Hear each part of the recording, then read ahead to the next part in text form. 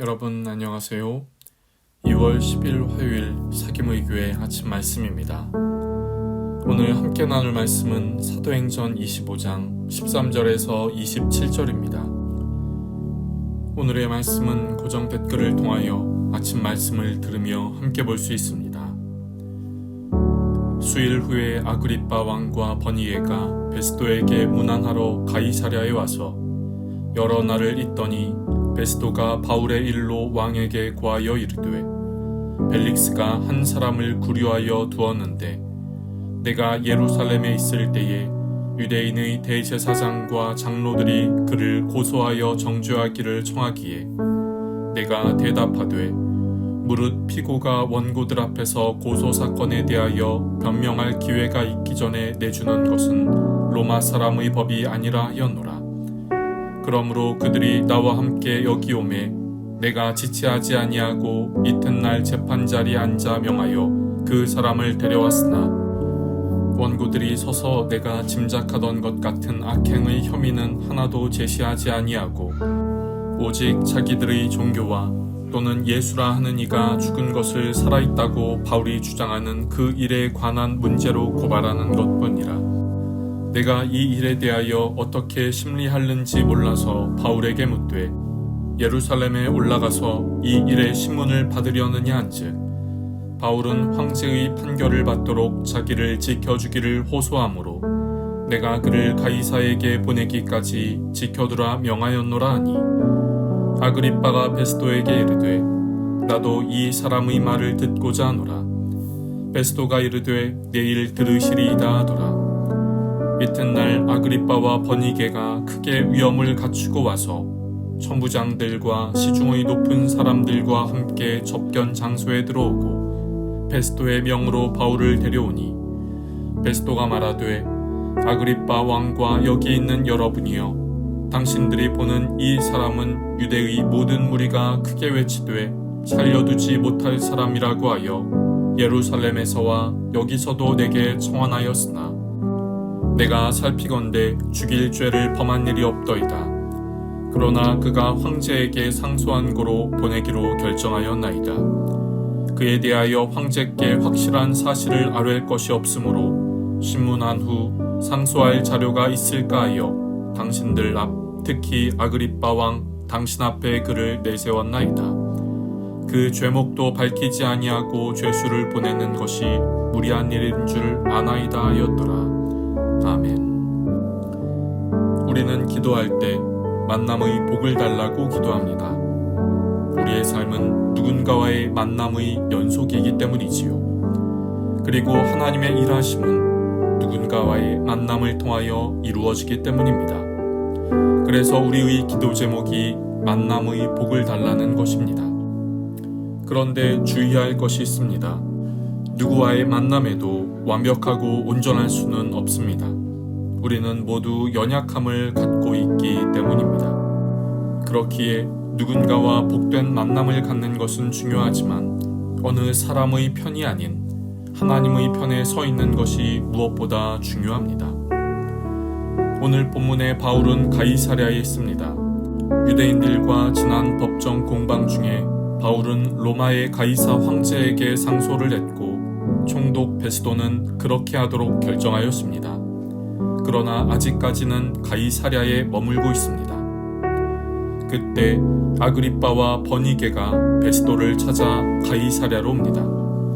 아그리빠는 분봉 왕이었기에 새로운 총독으로 임명된 베스도를 만나려고 찾아온 것이지요. 이들은 이곳에서 한동안 머물렀는데 어느 날 총독 베스도가 아그리빠 왕에게 바울에 관한 이야기를 합니다.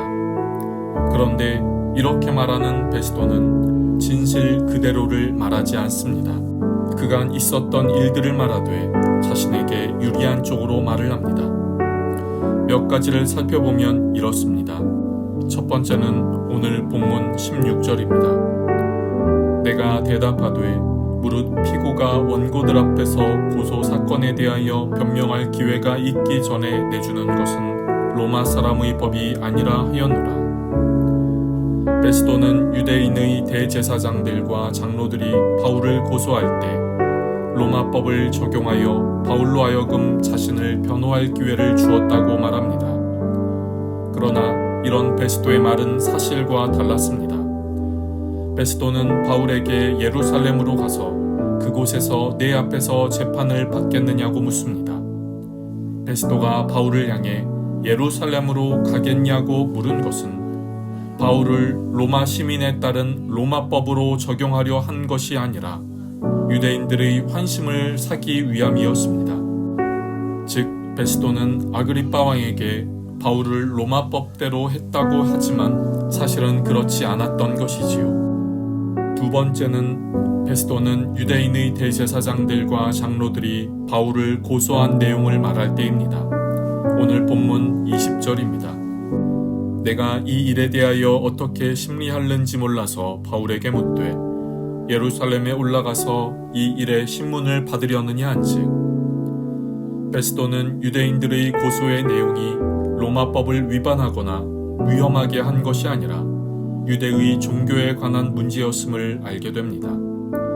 이에 베스도는 이 일을 어떻게 판단할지 몰라서 바울을 향해 예루살렘으로 가서 신문을 받겠느냐고 물었다고 아그리빠 왕에게 말하지요. 그러나 베스도는 아그리빠 왕에게 말한 것처럼 어떻게 심리할지 몰라서 바울에게 물어본 것이 아닙니다. 위에서 말한 것처럼 유대인들의 환심을 사기 위해서 바울에게 물어본 것입니다. 바울을 유도하여 예루살렘으로 가도록 한 것이지요. 이에 대하여 사도행전 23장 9절은 이렇게 말합니다. 베스도가 유대인의 마음을 얻고자 하여 바울더러 묻되 내가 예루살렘에 올라가서 이 사건에 대하여 내 앞에서 신문을 받으려느냐.